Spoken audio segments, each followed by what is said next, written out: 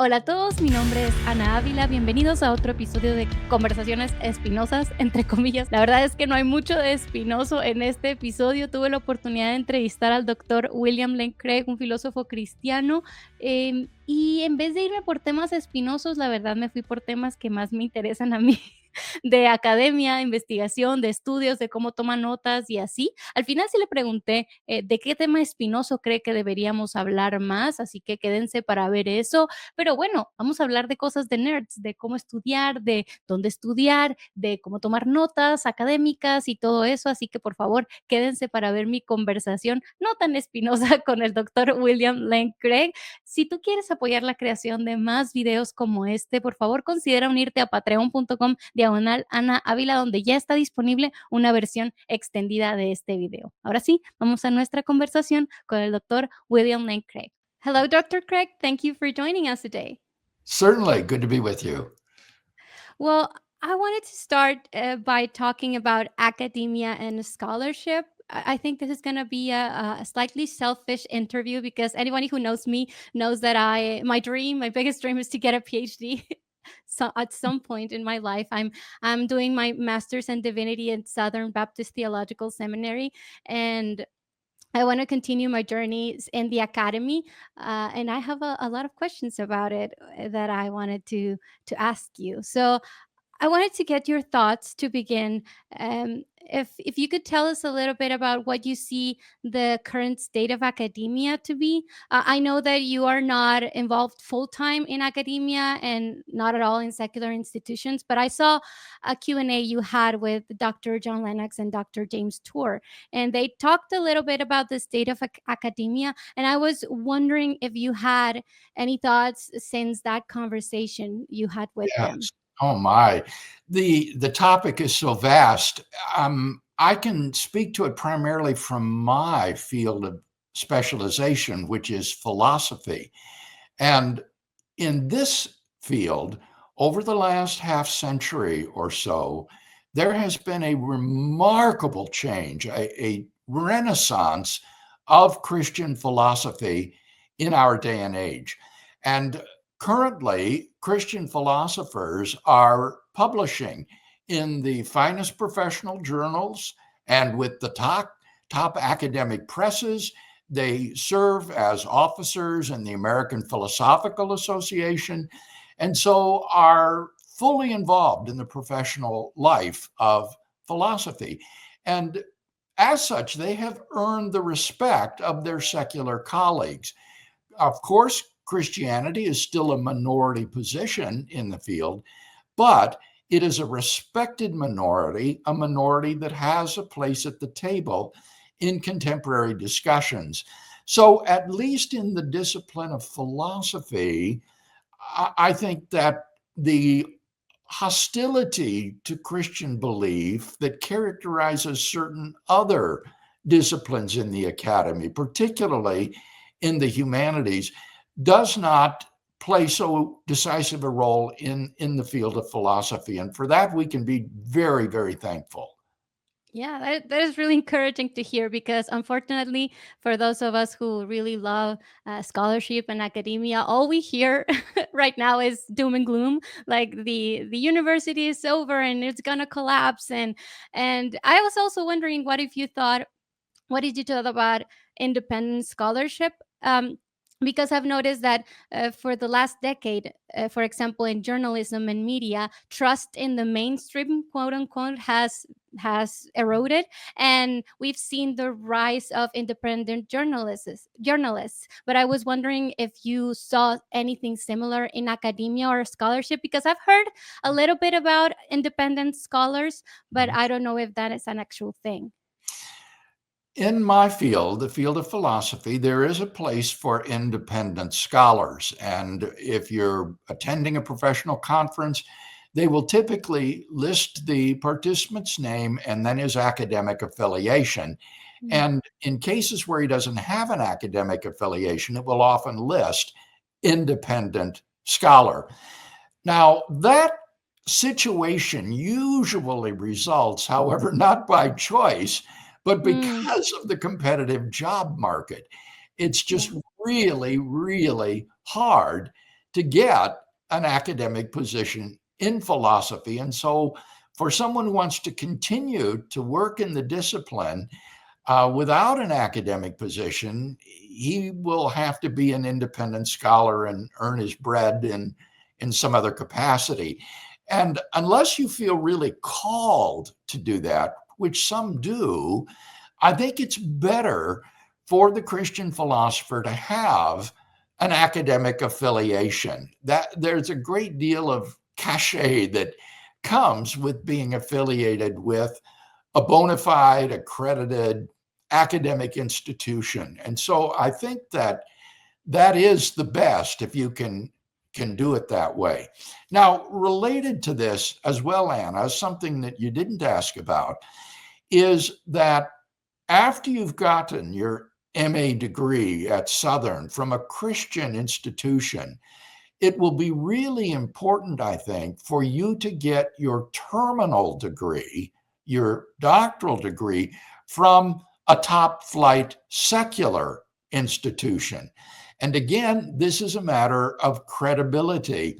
The weight that will be carried by having a degree from a top secular university, either in the United States or abroad, will carry tremendous weight in terms of your influence, as opposed to someone who has his terminal degree from an academic institution. And interestingly enough, this increased credibility is something that's manifest even among Christians themselves. I Hmm. remember when I was a faculty member at Trinity Evangelical Divinity School, and they were interviewing new applicants for job positions.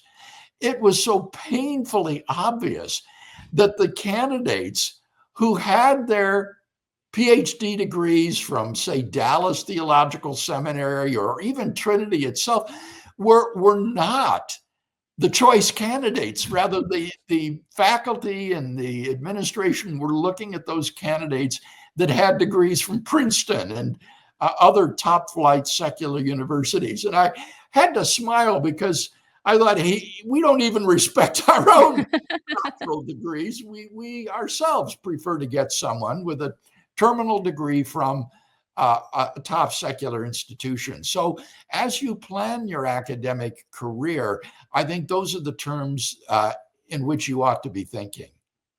Yeah, I recently heard you talk about this on a podcast episode, and I Uh, texted a mentor I have because my mentor always says, "You're going to study in Oxford or Cambridge, or you're going to do that." And I have another mentor who's like, "Nope, you should stay in the States and join an evangelical seminary when you can have your PhD, because in the UK they're liberal." And I was oh. like, "Oh, my two mentors are advising me completely different things." And then I heard you on the podcast, and I was like, "Oh, this is the tiebreaker.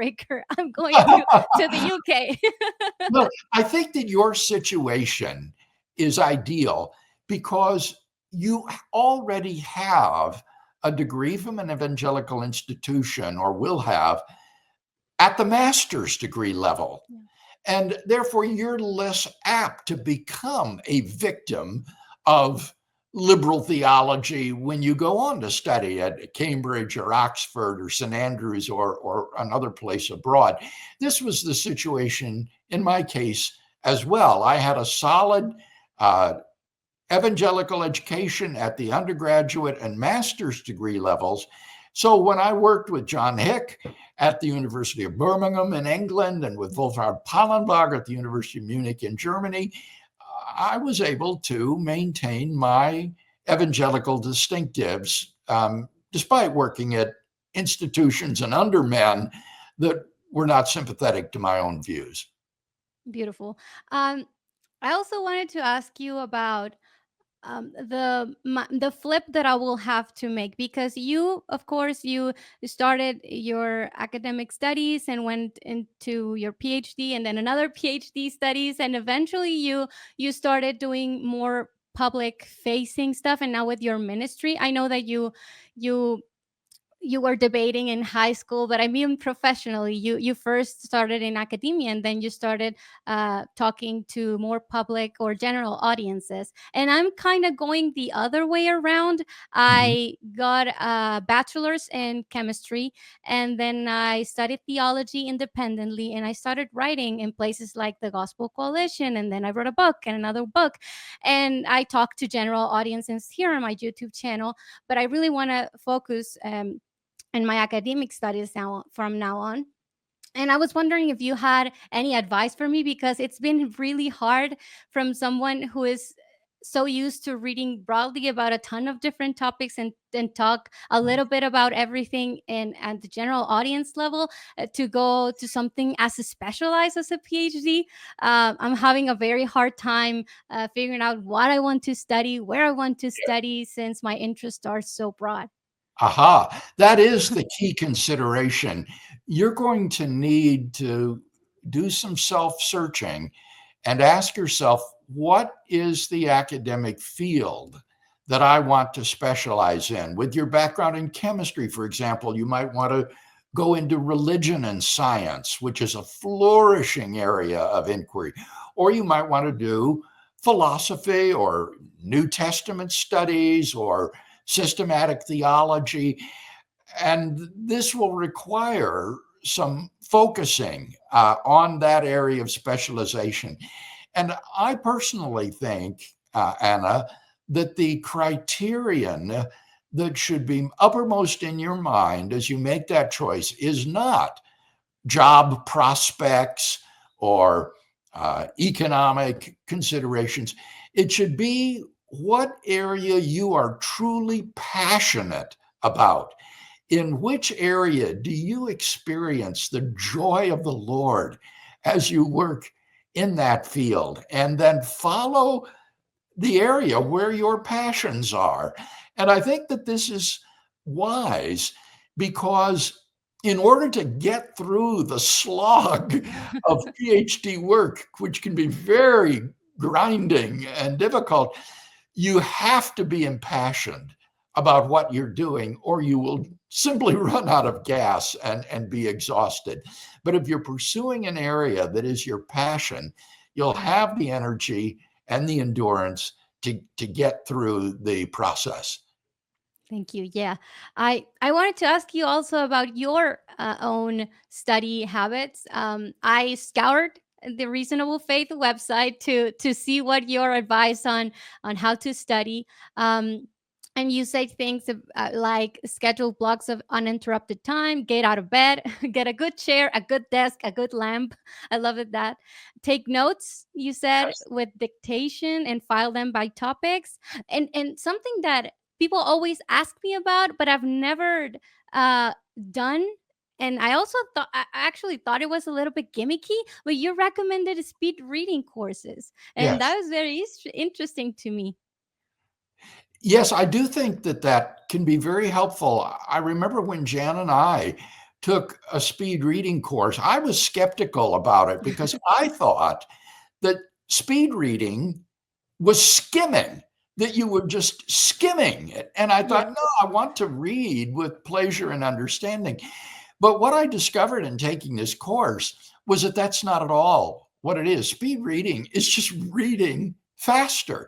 And what I learned was that we have all sorts of bad habits as we read that slow us down. For example, one that I certainly experienced was as I would read a line, my eye would jump back to the beginning of the sentence and read it again, and sometimes even two or three times rather than going straight through the sentence. I was constantly going two steps forward, one step back, and that really slows you down. And they will teach you techniques like using a pacer to help you and your eye continue to move forward rather than this jerky sort of movement. So I do think that speed reading is very helpful, and it can help to negate the necessary slowdown that takes place through note taking. It's absolutely essential that you learn to take careful notes on what you read. Otherwise, you will forget 99.9% of what you read within a few weeks. Yeah. So note taking is really, really important. And of course, that slows you down. So if you can get rid of some of those bad reading habits, that will help to counteract the slowdown through note taking. Have you ever shown your notes on your YouTube channel or anything like that? No, I guess I haven't. I think that would be very interesting for all of us nerds It's who want funny to. because I have over here a closet full of handwritten notes. In Wow. the days before computers, I Yes. used to read everything and take notes on it with a ballpoint pen and then file these papers in stacks. And so I have stacks and stacks of notes, for example, on divine eternity or on divine aseity. And the advent of computers and dictation features has been a tremendous blessing because now you can use that dictation feature to simply read into your Word document the notes that you want. And that really helps you to go much faster. So I'm currently doing the systematic philosophical theology and have large files of notes that I've taken on these various loci. So you just open a Word document per book, or you have one document per topic, or how do you organize those files? I, I do it by source. What I do is when I Okay. read an article or a book, I put the requisite information at the top of the page for a citation. Mhm. So, for example, uh, John L. Anderson, uh, Understanding Four Views on the Lord's Supper, which is published by Zondervan in Grand Rapids, 2007. Put that at the top of the page. And then whenever I want to cite those notes, all I have to do is just copy and paste from the document. And then the document will include my notes on that book. And that will then be filed in a folder on the Eucharist, which will be embedded in a higher level folder on the sacraments, which Mhm. will be embedded in a higher level folder on ecclesiology. And in that way, I file the notes and keep them separate so that when I want to write, say, on the Eucharist or the Lord's Supper, then I've got all of my notes there in the file that I can use then to begin writing. And that's the same system you use when you were using pen and paper, only digitalized? Yes, except then what I did was I just put the paper notes in stacks in files. So I Yeah. have, as I say, in this closet, a bunch of bookshelves all along the wall, and I had a stack on things like Quine's criterion of ontological commitment, neutralism, pretense theory, divine aseity, and so forth. And would just file them that way. And a few years ago, those shelves got so heavy that one afternoon the whole wall collapsed. Oh my All goodness. the notes spilled onto the floor with the shelves. And uh, at that point, I threw away then a lot of those old uh, Oh no. and have moved now toward, as I say, just filing them in folders on the computer. Another question on notes. I promise this is the last one. Do you add your comments or thoughts on the things you're reading on your notes or on the Oh, book or on another document? absolutely, absolutely. That's the wonderful thing about note taking is that you can copy and paste or dictate in what the man's or the author says. And then I put the abbreviation NB, which means nota bene, note Okay. well. And then after the NB, I will put my own commentary on the passage where I see a weakness, where it needs to be corrected, or maybe an application to some other problem. And so those notes that I add in are often very helpful. Good. I love that. I love that you have stuck with a system for many many years. I think one of the temptations for those of us who love reading and note taking, and now that we have all these options and technologies, that we jump from a system to the next, to an app to the other app, and we don't build that library that spells out that you have come to gather over the years. Yes, I think you want to save these things, for years. In fact, we just bought me a brand new laptop Nice. because the old laptop was full. I didn't have any storage space left on it. It had something like 45,000 documents on it. So we just got a Wow. new laptop that I'm using right now to talk to you. And this has double the storage space. So I'll continue to accumulate these notes as I It study. is really hard to fill a laptop with written documents. That is a testament to your work. It was a lot of megabytes. um, I would like for you to speak a little bit about single-mindedness. I've touched Mm, on this a little bit before. Um, I told you I have a lot of interest. I read yes. very broadly. I rarely dive into a topic for months or years.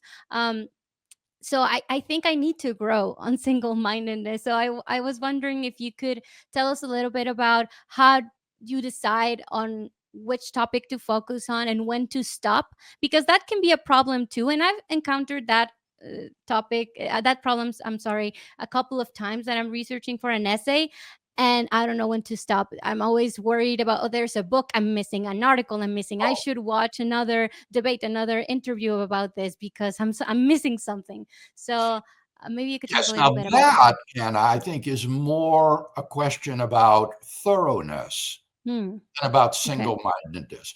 When I speak of the personality trait of single-mindedness, what I mean is the ability to set and maintain priorities. Hmm. And the point here is to not let the good become the enemy of the best. And so I'm currently working on the doctrine of ecclesiology, on the doctrine of the church, and studying the sacraments. And I will encounter articles on other subjects that look delicious, really interesting, would be good to read. But I don't read them. I'll just file them away for a future time. Or I'll receive, say, invitations to speak at a conference, or to do some other sort of activity. And I've learned to turn those down, to say, no, I have to set and maintain these priorities if I'm to do a good job and to get it done. And I believe that this quality of single mindedness is really important to um, academic success. Otherwise, you will find yourself spread too thin to be effective. So you need to learn to say no.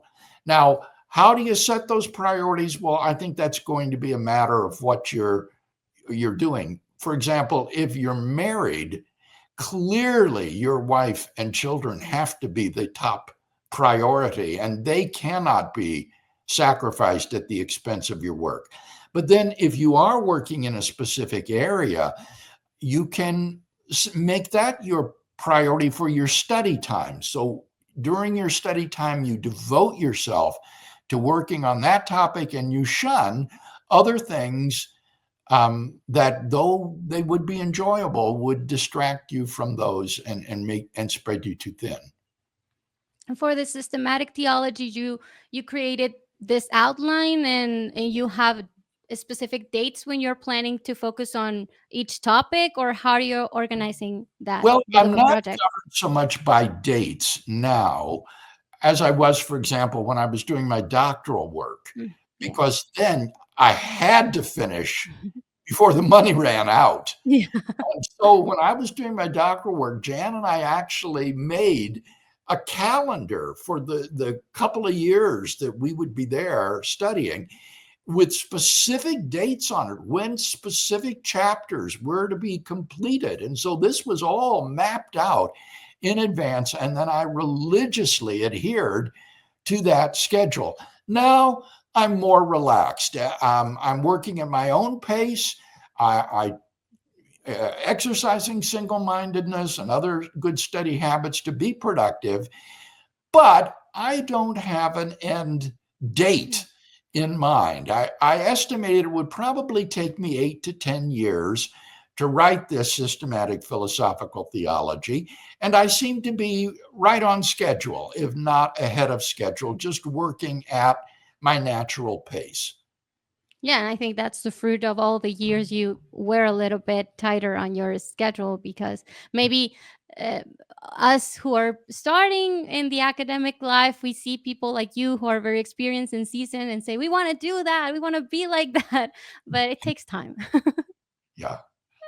um, I have another question regarding how do you deal with um, sciences specifically that are not your expertise. Your work touches cosmology, biochemistry, physics. So, how is your what is your approach? How do you feel confident enough to Yes. write on those topics? Because that's Oh, another thing that happens.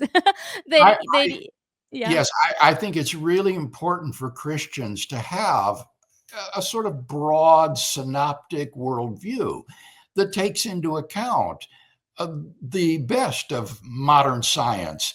And so recently, in writing on Doctrine of Creation, I began to explore the issue of the origin of life on this planet. And this is a matter wholly in the field of organic chemistry. Now, oh, well, you know about this. You're a A chemist. little bit. Uh, Organic chemistry is not biochemistry. It's not the chemistry of life. It's carbon chemistry. Yes. It's the chemistry of carbon compounds. And so it's up to the organic chemist to figure out how life originated on this planet. And I knew nothing about organic chemistry. And so I began to read textbooks and articles on organic chemistry and the origin of life in order to educate myself in the field. And one thing that I always do, and that is so helpful, is to make friends with scientists who are specialists in these areas. And then I can ask them about things I don't understand, or to explain concepts to me, or to run ideas past them. And so when I'm writing on things like astrophysics and the origin of the universe, or now on the origin of life, this is not coming out of my own expertise. I'm a scientific layperson. But it is done in full and informed conversation with those who are experts and specialists in these areas. And that gives me confidence then that I'm doing a credible job in handling this material. Beautiful friends. um, I wanted to ask about your thoughts on technologies, because we've talked a little bit about all the work it takes to create something like the systematic philosophical theology you're working on. Yeah. And now we have technologies that write for you. I just had a call a couple of weeks ago. A friend called me and I just wrote a book. And I was like, you haven't read the book you wrote, right? Because because he wrote the book, quote unquote, using ChatGPT. So Yeah. I was wondering, what is your take, and how is going to affect the scholarship, the use and the broader use of this generative technologies like ChatGPT?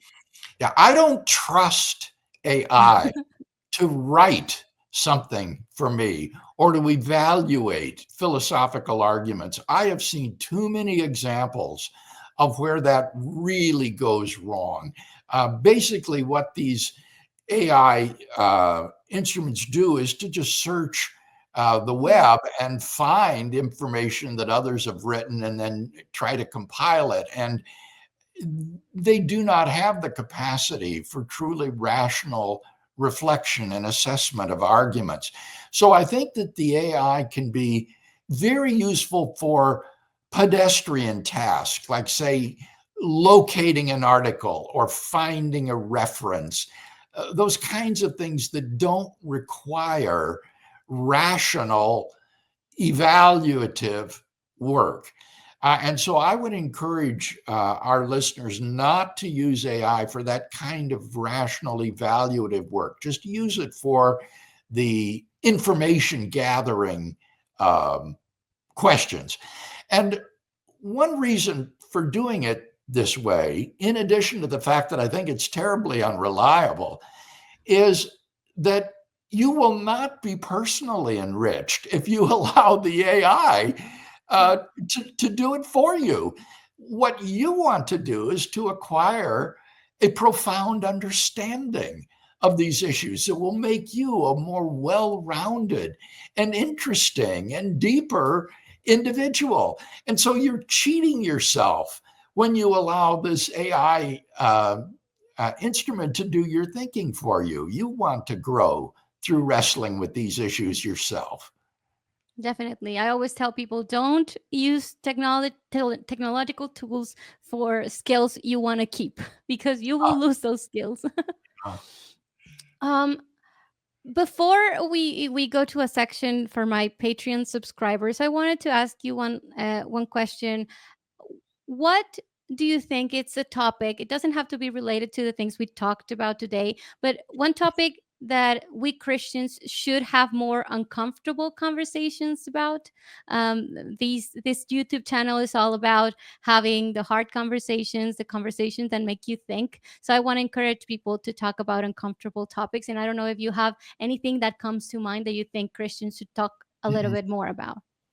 Well, this is not an area on which I've worked. It's not one of my specializations, but I do think that Christians need to be deeply engaged with sexual ethics. Mm. In our day and age, uh, alternative lifestyles, transgenderism, gender identity, these are just explosive and culturally influential issues. And so people who are interested in ethics, in practical normative ethics, I think need to be involved in this, and that will certainly be uncomfortable. I think that meets your criterion for being uncomfortable because you may find yourself as a biblical Christian forced to run up against the currents in our present culture. Muy bien, ¿qué te pareció nuestra conversación espinosa? Espinosa, déjalo en los comentarios y no olvides suscribirte a patreon.com/Ana Ávila para apoyar más de nuestro trabajo. You frequently mention the deep impact your wife Jan has had on your ministry. So I was wondering if you could speak a little bit about some of the virtues you see in her that are crucial for the spouse of an academic like you. Hmm. Well, I don't know if they're crucial because I hate to make ourselves the model for Mm. anybody else. But let me say about her that